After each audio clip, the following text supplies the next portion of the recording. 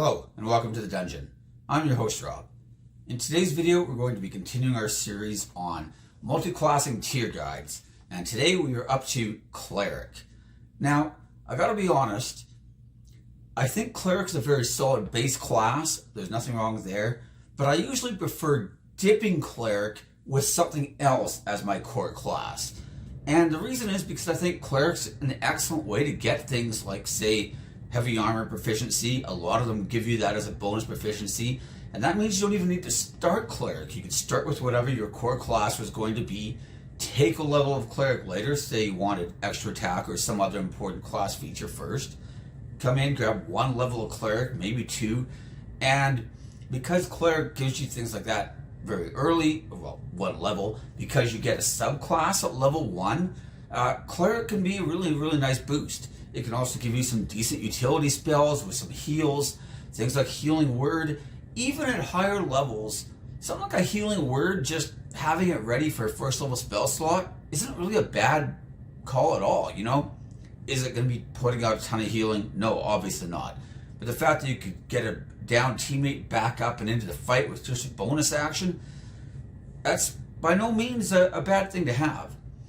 However, for the purposes of this video, because it's a Cleric video, we're going to be looking at builds that focus more on Cleric.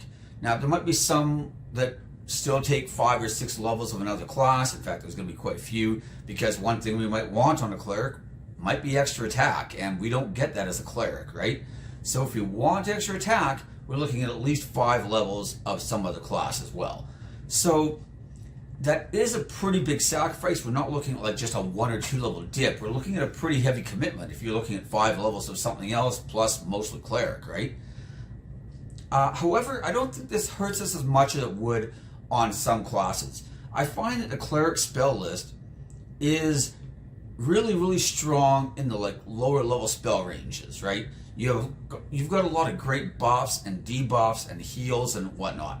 But our upper level spells on Cleric definitely don't seem to compete with, say, like Wizard for sure, you know, but even some of the other pure casters, you know, we don't have things like Force Cage and Simulacrum and stuff like that. We don't have Contingency or Clone or any of these other like really cool high level spells. We obviously don't have Wish, we don't have Maze. A lot of the spells that I really like at higher levels, absolute game changers. Clerics get, you know, better resurrections and stuff, and this is nice, but you have Revivify as a 3rd level spell. And odds are, in most cases, that's going to be the only resurrection spell you probably need, you know? Getting better healing spells, again, great. But a lot of times, you know, the difference starts to become, you know, where like Force Cage is like, you know, magnitudes better than most Wizards' low-level control spells. You know, better healing spells, with the exception of maybe our 9th level heals, which are pretty spectacular, to be honest.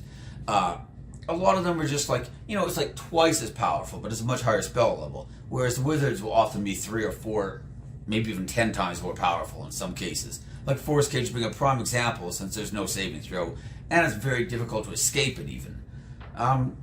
So I don't think by losing our high level spells, we're losing quite as much as we otherwise might have. So even in a high level campaign, you know, who's to say you might not have been happier just having 5 or 6 levels of fighter or something, and then being a better melee character if that's what you want it to be, you know, combine like the utility of the Cleric, but also get extra attack and whatnot. So I think that that kind of stuff can work quite well. So as per usual, we're going to be putting everything into tiers with our A, B, C, D, and E, not F like I did last time and screwed up. A, B, C, D, and E, but of course our top tier is actually the S tier, which is our super tier or supreme or stupendous or whatever else, right? And like I've said before, I'm pretty particular about what I think gets an S tier, you know? I'm pretty fussy, but even my A and B tiers I consider to be really solid multi-classes, you know? And even a C tier can be a lot of fun. It's not as strong as a lot of the others, obviously, but that doesn't mean it couldn't be a lot of fun to play, and it might do, you know, whatever you want to do really well. And if you only cared about doing one thing great, that can still work. It just means that there's probably better ways you could have maybe done it though. So we're not going to waste a lot of time on the ranking system again, since I've already gone over this other times. But basically, I'm looking for 3 different things when I multi-class mostly. Number 1 is to become super proficient in one chosen area, right? So maybe I just want to be really, really good in combat, so I combine, like, say, a Barbarian to give me rage and reckless attack with somebody else who's great in combat, like, say, a Paladin, and now I can smite, for example, right? That could be one reason I want to go, right? Or a Paladin who combines it with Warlock, and now you've got smite on a short rest as well, right, with your pack slots. Potentially even super smites if you took Elder Smite at Warlock 5, right? That'd be examples of, like, just really doubling down on one particular thing. But someone like a Knowledge Cleric who also goes Lore Bard, for example, just to get a ton of skills, could be an example of that, right? Number 2 is to cover for core class deficiencies, right? So let's say you're playing Wizard, but you decide to take Cleric, for example, just because you wanted to be able to get some better armor options. Your Wizard is soft and squishy and can't even use a shield, you got no armor, but by taking, you know, somebody else who gives you armor proficiencies, suddenly your Wizard is a lot more durable. And if you're not getting hit as much, that also means you're not making as many concentration saving throws, and this just lets you do all those things more easily. Granted, you're giving up a level of Wizard progression. Is it worth it? I don't know. That's up to you. But that's an example of covering for core weaknesses in the class. Reason number 3 is to add utility to the class. And as I've always said, this is, in my opinion, the weakest reason to multi-class, but it's still not a bad reason, you know? So this is why you might want to dip someone like a Bard or something like that, or Artificer, somebody else who has a lot of utility and you can add it to the class.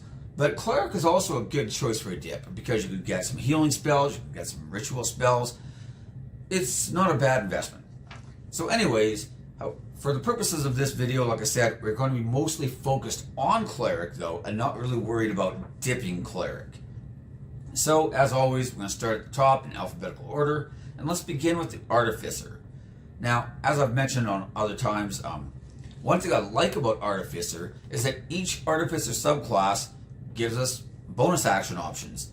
This can be pretty nice on a Cleric. Now, you may want to use things like Spiritual Weapon and stuff like that, which could be using a lot of bonus actions, but, you know, you may not have the spell slots, or you may not want to use it all the time. You might have other things you want to do, and I think Artificer gives us some pretty nice options that could help complement the rest of your Cleric kit. It also gives us some different spells, which is never a bad thing. And if you started as Artificer, you'd even have proficiency on Constitution, and thus concentration, saving throws. So that's by no means a bad thing either. And depending on which Artificer subclass you choose, if you took a Cleric that doesn't give you heavy armor, and an Artificer that does, that can be a nice way of getting heavy armor on that character still. Overall though, Artificer has the same problems as always. The low level infusions are very nice, but only really at low levels, and because it's only a half caster, the more Artificer levels we take, the more it's kind of slowing down our Cleric.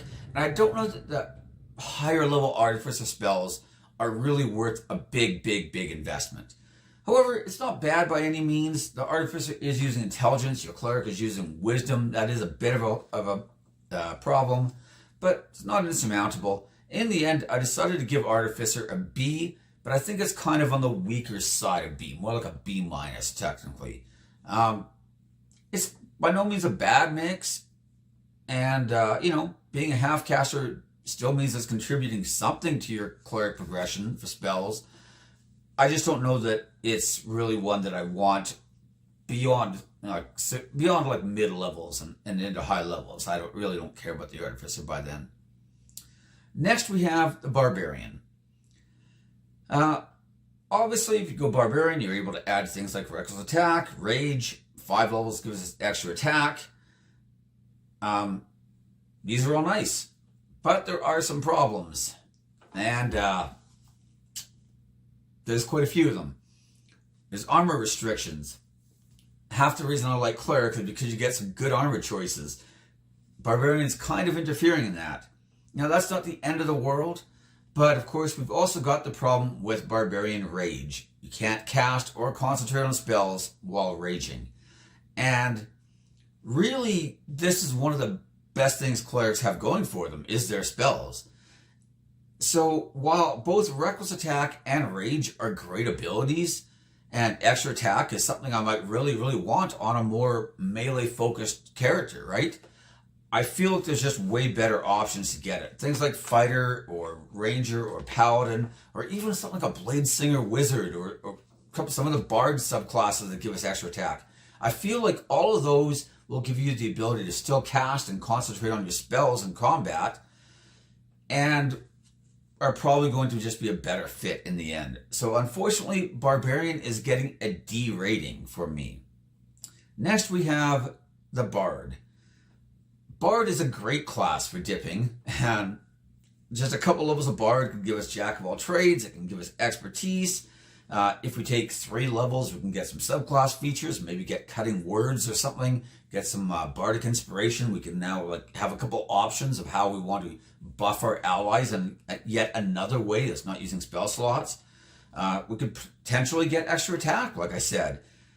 And I think that one of the nice things about Bard is that if you want Extra Attack, you can take those 6 levels. Bard's a pure spell caster, so that's 6 more levels of pure spell progression.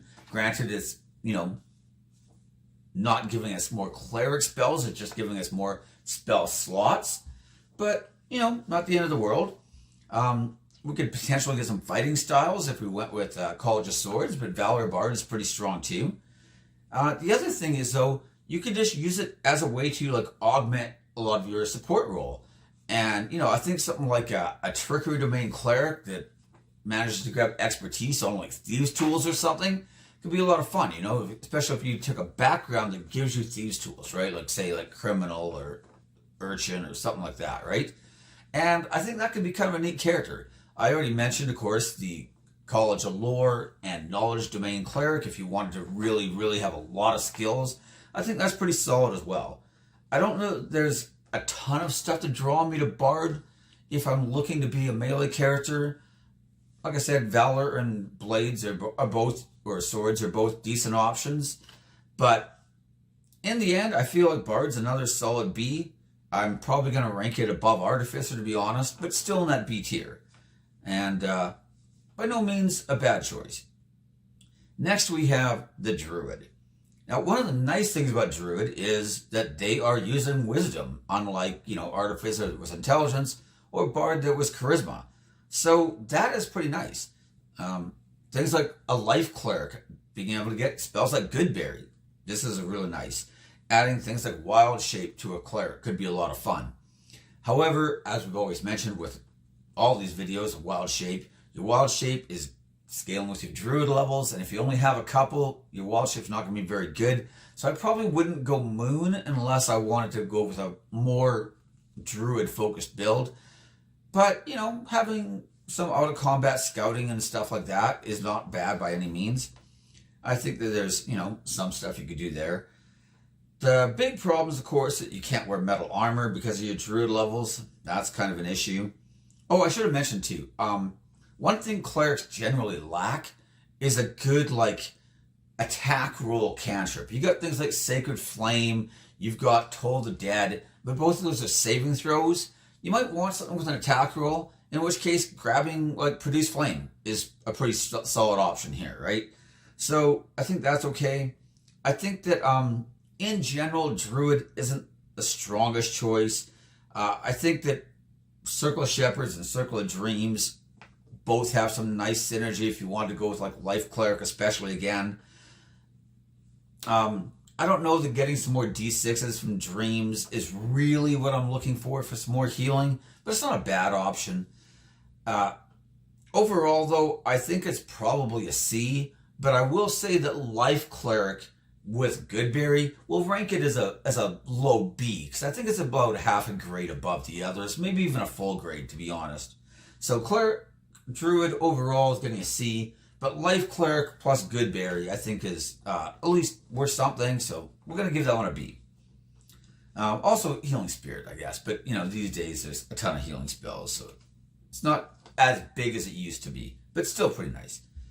So next we have the Fighter.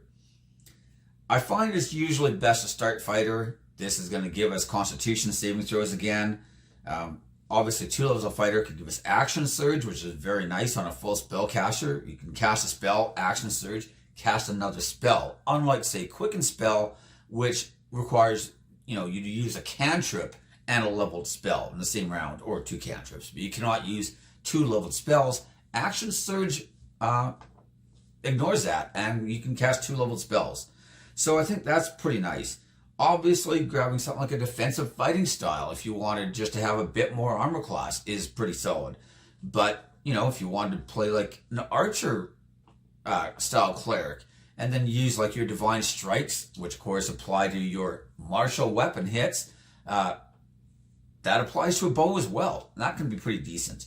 So grabbing something like a archery fighting style can be okay. If I'm going Fighter, I might want to take Fighter 6 so that I can get the extra ability score increase, worth considering.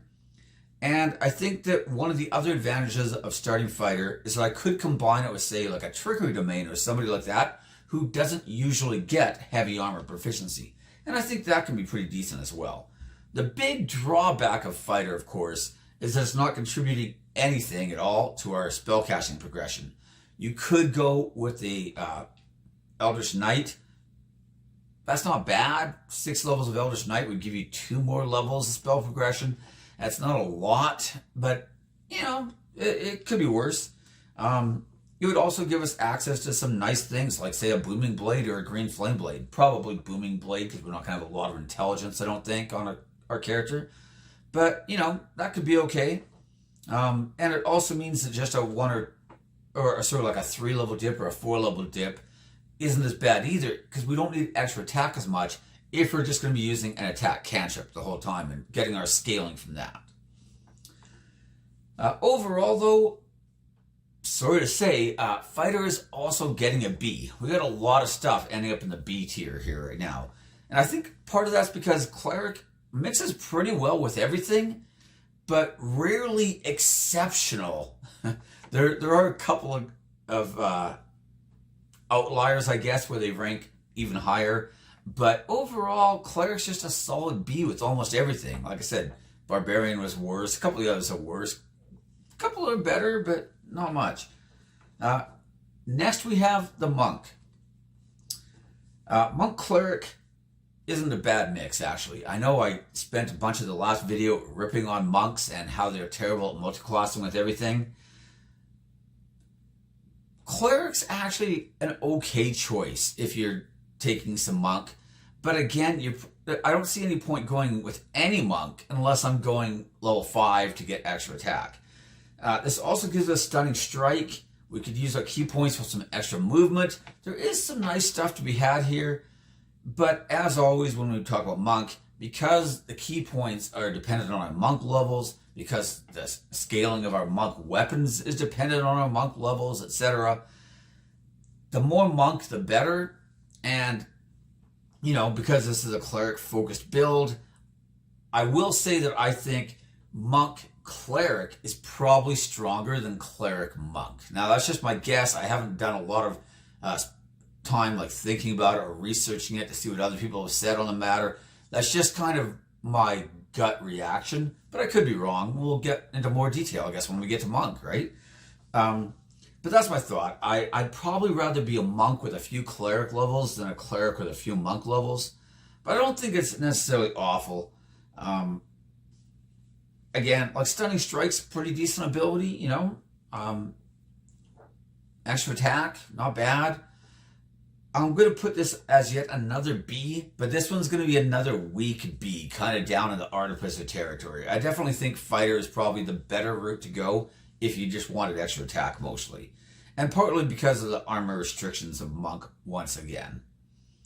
That said though, Flurry of Blows is pretty nice, and Monk has a lot of decent stuff. If I wanted to play a more combat heavy character, you can melee kind of hard as a monk. You've got some decent Nova potential with things like, dropping a bunch of Flurry of Blows and stuff. It's just you're going to run out of key points really, really early. So anyways, moving on. Next we have Paladin. A lot of what we got from Fighter, we could get from Paladin. Once again, fighting style, potentially armor, potentially defensive fighting style even, and of course smites. And unlike Fighter, Paladin at least is a half caster, so it's not, just dead levels not contributing to our casting at all. The big downside of Paladin, though, is that we really need a ton of different stats at this point now. Because if we want to focus more on the Cleric, we're going to need Wisdom. We're probably going to need at least some strength to wear our armor if we wanted to wear anything decent and not have like movement penalties, of course. And if we wanted to take 5 levels for extra attack, you might as well take 6 and get Aura of Protection. But Aura of Protection, of course, uses our Charisma. So we're starting to split ourselves a lot of different ways. At the end of the day, I still feel like the half casting and getting smites is pretty decent on if I wanted to play a more melee focused character. So I'm still putting this in once again in the B tier, but we're going to put it in a high B. I had considered even putting it in the A, but I think just the number of ways we have to split our stats just kind of holds it back. I will say though that if we're playing in a campaign where we're allowed to roll for stats and maybe we get some really, really good dice rolls, that suddenly having decent wisdom and strength and some charisma, even a 14 charisma or 16 is even better, and then just leave it there for the rest of the campaign, that can be pretty decent, right? So I feel like it's not that it's a bad mix, it's just it's hard to like make it really, really, really great too, because you just need to split yourself so many different ways. But like I said, you could make it work. I think that if you get to roll for stats, if you get a chance to get like stat books, right, like +2 to your wisdom or charisma or whatever else, strength even, all of those make it a lot more viable suddenly. Anyways, next we have the Ranger. So once again, we can get fighting style, we can get extra attack, we can get subclass features, of course, just like most of the other ones we've been talking about. If you're getting extra attack, obviously you're choosing a subclass. You can get some spells. We can even get things like Goodberry again. You could get Absorb Elements is on the Ranger list, which is nice. Hunter's Mark can be a pretty decent damage boost. I actually like this mix quite a bit. Things like Pass Without Trace are on the Ranger spell list, and it's a very, very nice spell. Again, much like Paladin, it's a half caster, so they're not like really dead levels. I also find though with Ranger, there's really no point probably going past level 5. I think some of the Ranger level 6 subclass abilities are pretty decent, but I don't know if there's any that really jump out at me and that are as good as like maybe say a feat from Fighter 6 or Aura of Protection, that I would have gotten from Paladin. I don't know. I just kind of skimmed the list really quickly, so I could be wrong on that one, but I didn't really see anything at level 6 that I was like, oh, that's a must-have. In the end, though, I feel like if you want extra attack, Ranger's probably the best way to go. It's used in Wisdom, you're using Wisdom. A lot of the benefits of the Druid that we talked about are available on Ranger, but with way more upside, in my opinion. And especially if you wanted to be like an archer, grabbing the archery fighting style, maybe taking the sharpshooter feat and combining it with, say, a war cleric, so that you can boost your attack in case you missed with that -5 penalty. Giving yourself that +10 to hit is probably going to offset that almost guaranteed. And I think that most of the Ranger subclasses are pretty solid here, where they're going to give us ways to do more damage, whether or not that's the Gloomstalker giving us an extra attack in the first round, or the Hunter being able to use their like Horde Breaker and just get an extra attack if you have a target within 5 feet. But even like things like a Monster Hunter, like almost every Ranger subclass has some way of boosting your damage. And overall, I think it's pretty good. It's not using our spell slots the way a Smite would have, and in a way that I think that's actually better. So I'm giving Ranger an A.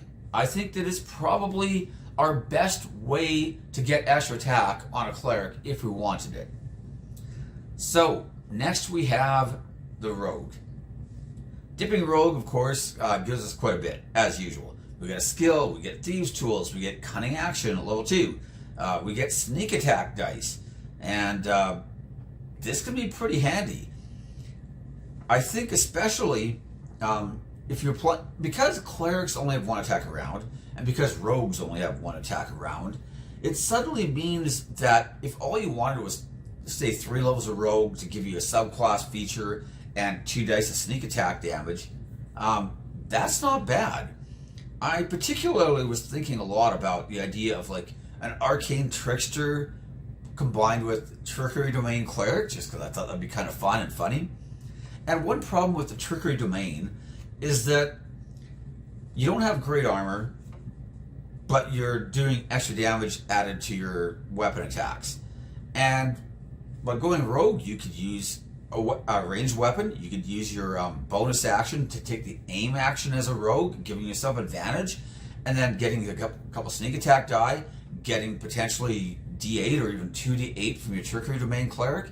I think that's kind of a fun idea. But I also think that there's the potential, and I mean you could do that with any rogue subclass, but the reason I specifically started talking about the arcane is because I think if you want to still play a melee focused build, you could do that too.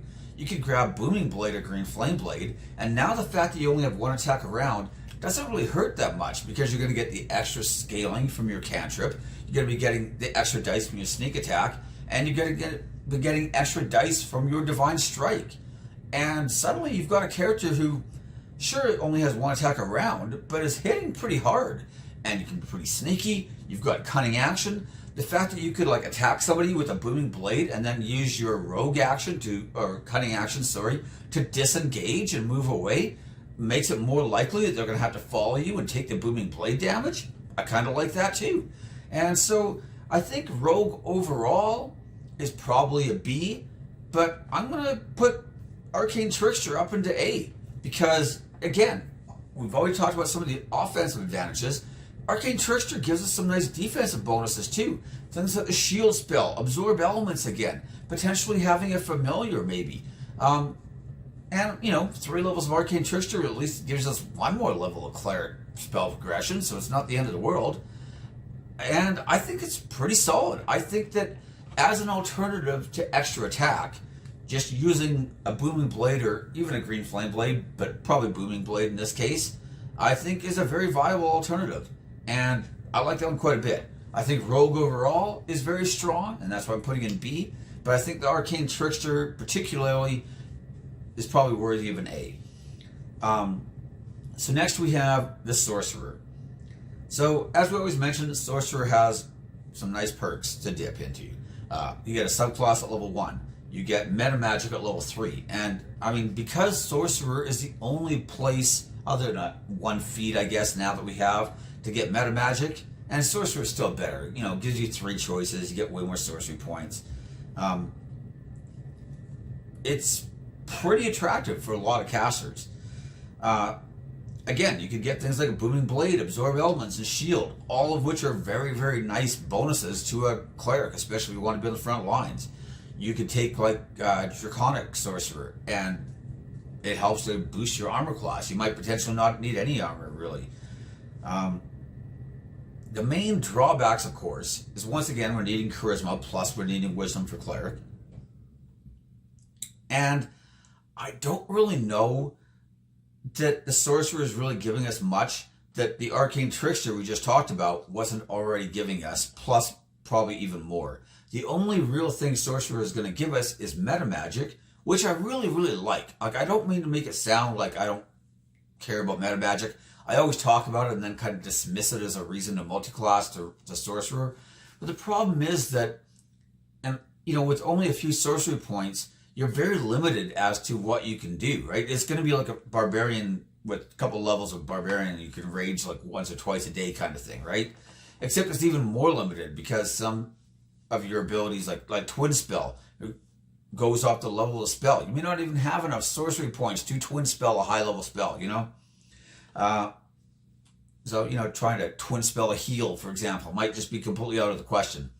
I also think that Sorcerer Cleric as a multiclass has kind of lost a bit of its luster because we now have the Divine Soul Sorcerer, right? And, so ever since that came out, you had a Sorcerer who could already pick up the really nice cleric spells that you might want to have. Plus you got the Sorcerer spell list. So I don't know that this multi-class is as attractive as it was back when all we had was, say, the Player's Handbook, for example. I still don't think it's bad, though, so I'm going to give it a C rating. I think the meta magic is pretty decent. Like I said, Booming Blade, Shield, all nice stuff. I just think that there's better ways, I think, to do it, right? So next that brings us to Warlock. Warlock has some of the same problems as Sorcerer, to be honest, and is roughly equivalent, which is why I'm giving it a C ranking as well. You do get pact slots, you do get invocations, but you're also needing charisma.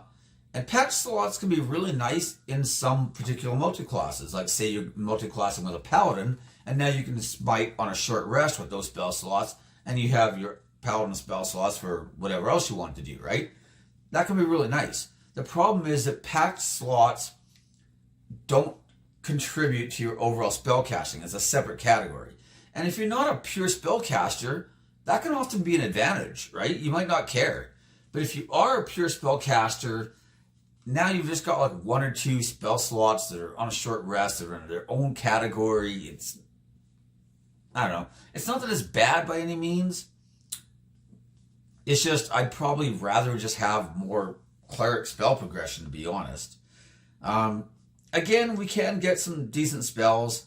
We can get our Booming Blade or a Green Flame Blade if we wanted to do it that way. We could take a Warlock all the way up to level 5, for example, and we could go Pact of the Blade if we wanted extra attack, and even Eldritch Smite. I think that's not a bad option by any means. You could go with a Hexblade, and now you're using Charisma to attack with, so you're only needing Charisma and Wisdom instead of Charisma, Wisdom, and Strength, or Charisma, Wisdom, and Dex. That helps. Overall, though, I feel like some of the other options we've already talked about are probably a smoother and better transition to get to extra attack if we wanted it. And if we didn't want it and we just wanted a Booming Blade or a Green Flame Blade, I feel like some of the other options probably do that better as well. Being able to attack with Charisma, though, might not be a bad option, right? Instead of Strength. But if I'm wearing heavy armor, I'm going to probably need some Strength anyway. So that one can be kind of a toss-up. It kind of prevents Warlock from being a bad choice, in my opinion. But I just feel like there's, again, probably stronger and better choices. So Warlock will also get a C ranking from me. Finally, we have the Wizard. Wizard gives us a subclass at level 2. This can be pretty nice if all we wanted is 2 levels of Wizard. It can give us completely different spells, which I like a lot. It can give us ritual casting with some low-level spells, which can be pretty nice. Find Familiar, Alarm, stuff like that, pretty handy. Even at high levels, you might want to ritually cast an Alarm spell. You never know. Having a Familiar, even at high levels, great. Like I said, Shield, Absorb Elements, all good things. Maybe Mirror Image if we went high enough, which doesn't use concentration, so we can still concentrate on cleric buffs or debuffs. I like that. Diviner is a pretty decent choice, giving you your 2 divination dice at level 2. I think War Wizard, again, if I wanted to be a frontline type of character, giving myself a +2 to my armor class as a reaction, not bad. Giving myself a +4 to my saving throw as a reaction, quite good. I like that a lot. And you've always got the Blade Singer as an option as well. If you wanted to get extra attack, 6 levels of Blade Singer isn't a bad choice. It's 6 more levels of pure caster. So yes, our cleric spell levels aren't going to be as high. Our wizard spell levels aren't going to be high. But we will have, spell slots above what our spell levels are, which we can always upcast with. It can give us access to something like a counter spell. And of course, Blade Singer extra attack is the best extra attack, except for maybe, Fighter at 11 and 20, of course, right? But being able to use a cantrip and still make a regular attack, like we've already talked about how Booming Blade and stuff can be really, really nice on a character who only gets 1 attack a round. It's even better if you have that and a regular attack on top of it. Now, is it worth the big investment? Because it means that my cleric is going to be really delayed, And if I wanted things like Divine Strike, that's not coming till Cleric 8. So really we're looking at like a level 14 character to get 1 dice of Divine Strike, when a pure Cleric would have had 2 dice of Divine Strike by then. Hard to say, but I don't think it's a bad mix, to be honest. I feel like most of the Wizard subclasses at level 2 have, something decent to offer.